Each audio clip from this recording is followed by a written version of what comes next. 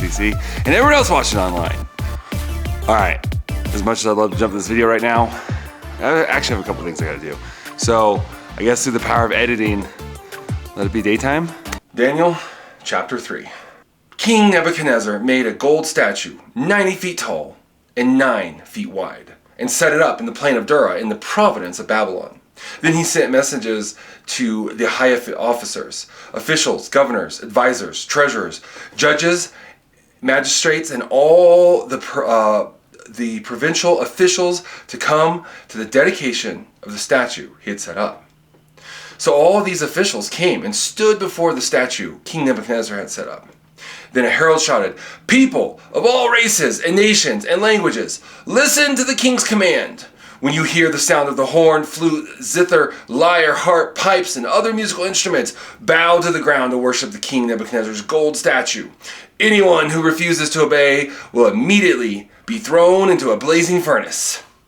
So at the sound of the musical instruments, all the people, whatever their race or nation or language, bowed to the ground and worshipped the gold statue that King Nebuchadnezzar had set up. But some of the astrologers went to the king and informed on the Jews. They said, "King Nebuchadnezzar, long live the king.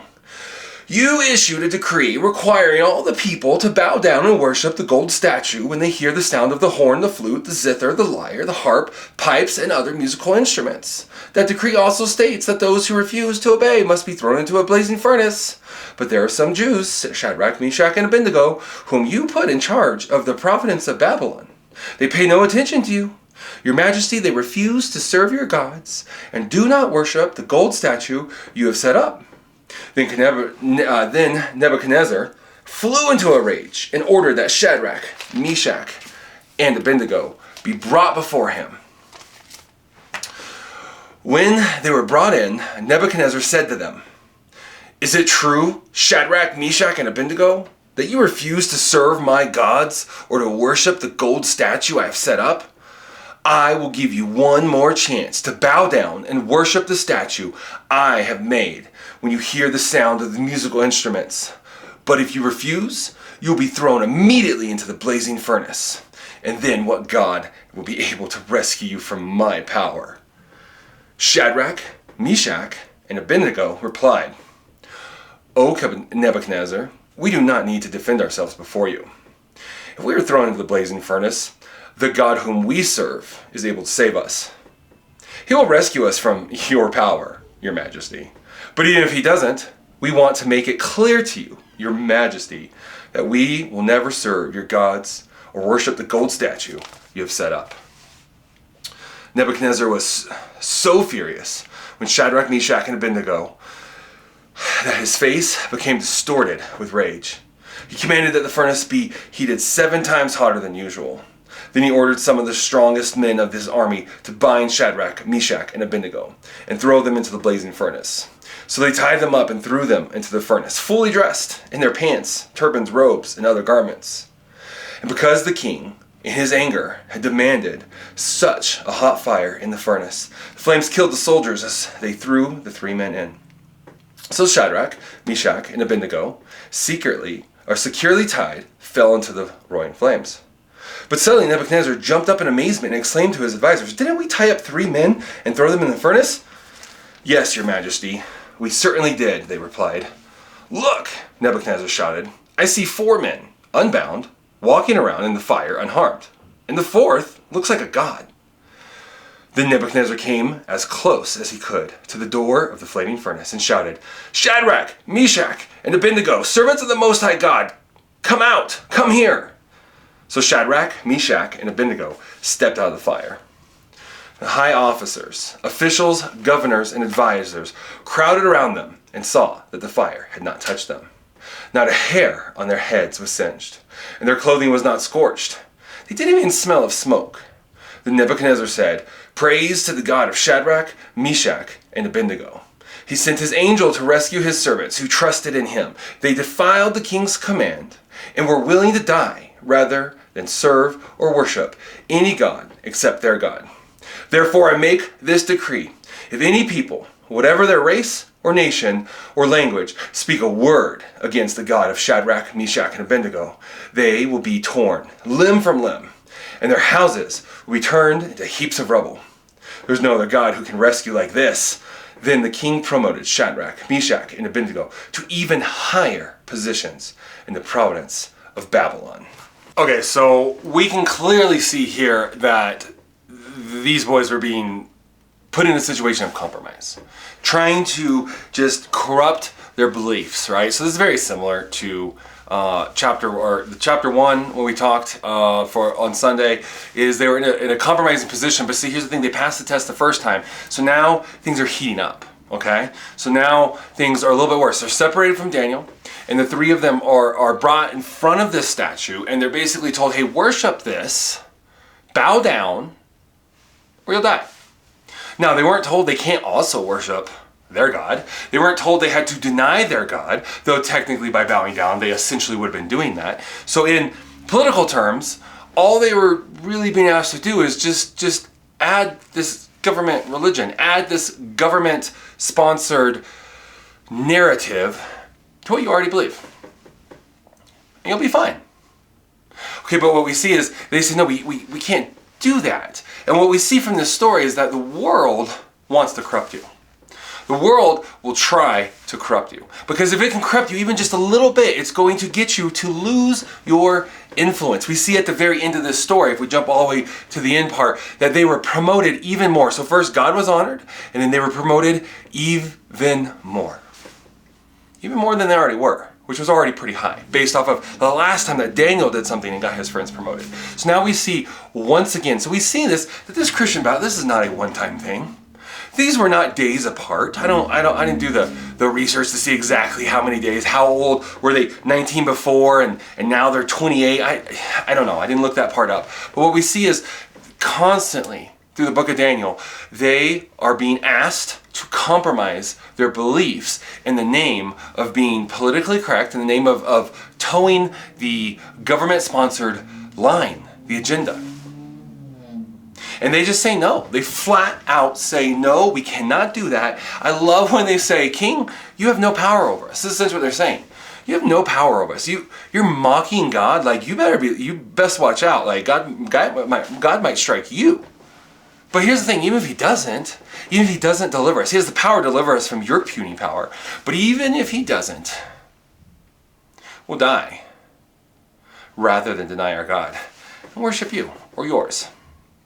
This is the unwavering, uncompromising faith and obedience and love for God that we need to see in our world today. John 15:18 says, if the world hates you, know that it has hated me before it hated you. If you were of the world would love you as its own. But because you are not of this world, but I chose you out of this world, therefore the world hates you. Remember the word that I said to you, a servant is not greater than his master. If they persecuted me, they will all persecute you. If they keep my word, they will keep yours. But all these things they'll do to you on account of my name, because they do not know him who sent me. So Jesus makes it very clear, listen, I came into this world, the Son, the very incarnate nature of God, the Son of God, and they persecuted me. They ridiculed me, they mocked me, they ignored me, they didn't listen to me. If they did this to me as the master, don't you think that it should be expected they're going to do this to you as well? And so if they did it to the disciples, the apostles, the early church fathers, don't you think it's going to happen to us as well? Don't you think we have a place in our the history of the church? Don't you think that, like, we just live on Easy Street? Like, we're never going to have to stand up. We're never going to have to face these trials and temptations. And here's the problem is, because I talked in yesterday's video about how we've kind of slid, like past generations have let certain things slide, that yes, it's harder for us now.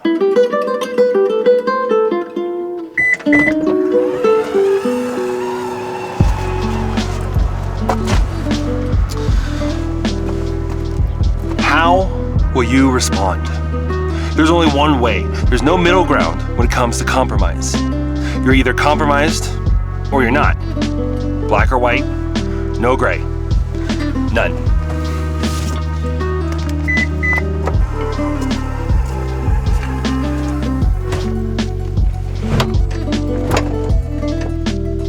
right, so here's the thing.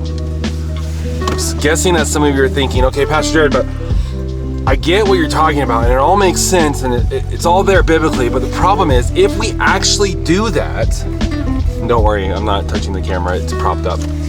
If we actually do that, we're gonna be like constantly in struggle with the world. Like we're gonna, like on a daily basis, there's things that the world does, things that we would have to do. We're constantly gonna have these issues. Like, yeah, for them, it was a few times, you know, throughout their life.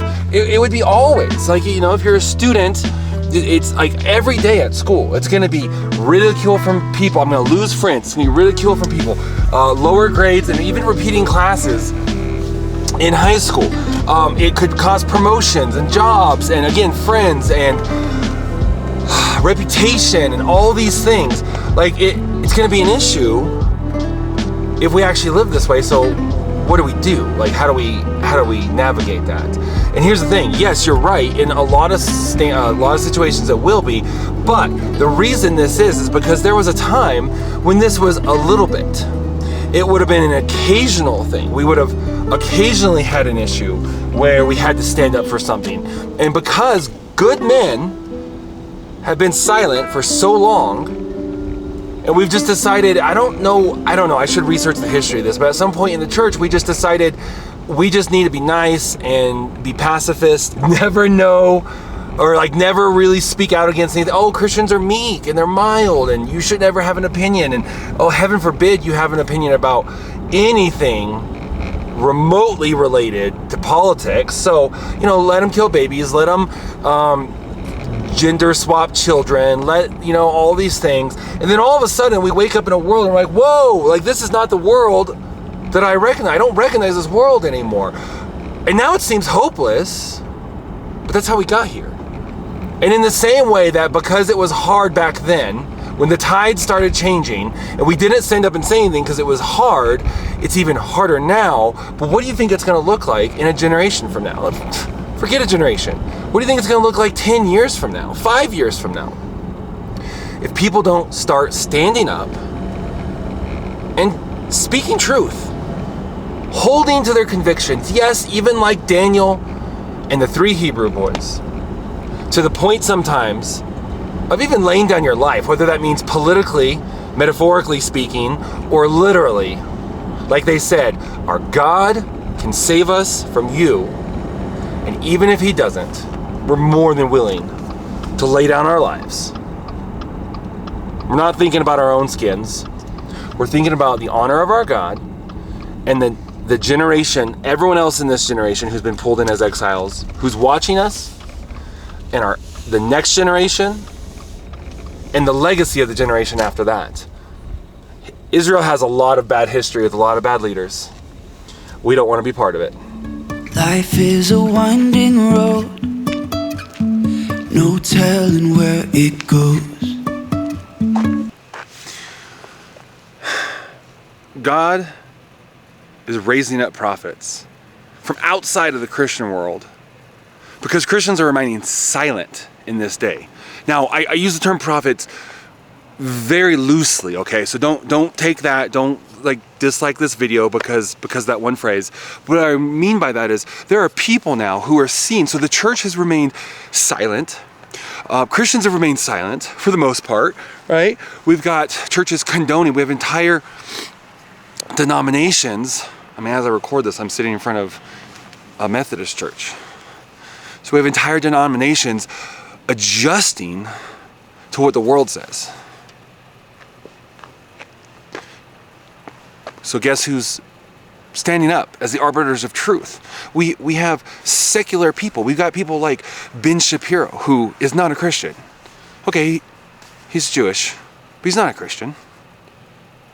We've got Tom MacDonald, who I've heard him reference God, but based on how he speaks and some of the things he says, I don't know. I'm guessing he's not, from some of the language he uses, probably not a Christian. It doesn't sound like he is. He's definitely not a minister. We have people like these men, Brett Cooper, other people, right? Now, I don't know about her religious affiliation, so I don't know, maybe she's a Christian, I don't know. But my point is, the church, who should be the prophetic voice, the voice calling out truth,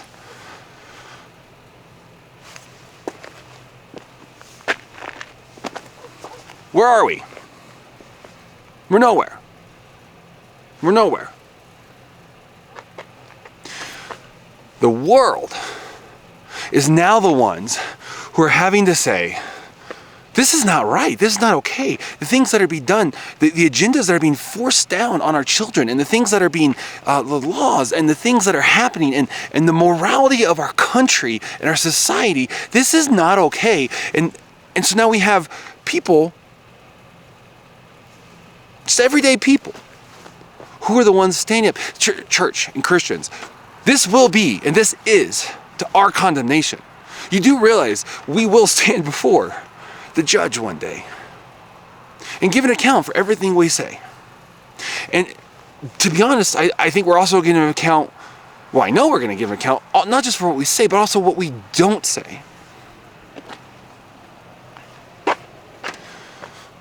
Church, let's rise up. And I don't mean to be arrogant jerks, know-it-alls, annoying, people like standing on the street corners just screaming out our opinion. You were given talents and resources, right? Like, use them, use your art, use your things to be able to stand up. I think that's all I have to say. So let me leave you with the challenge. I left you the challenge yesterday. Let's do another challenge. What areas of influence has God given you? What areas are you supposed to have influence in that you haven't taken? I want to challenge you to begin to pray about that and begin to decide to pick that mantle back up. Be a voice for this generation. Be a voice representing the Lord and what He's called you to do for such a time as this. Driving through days and nights, won't stop for traffic lights. And I really wanna know, if I will ever figure out where the road goes. Even if I'm falling down, I will keep on searching for my highs.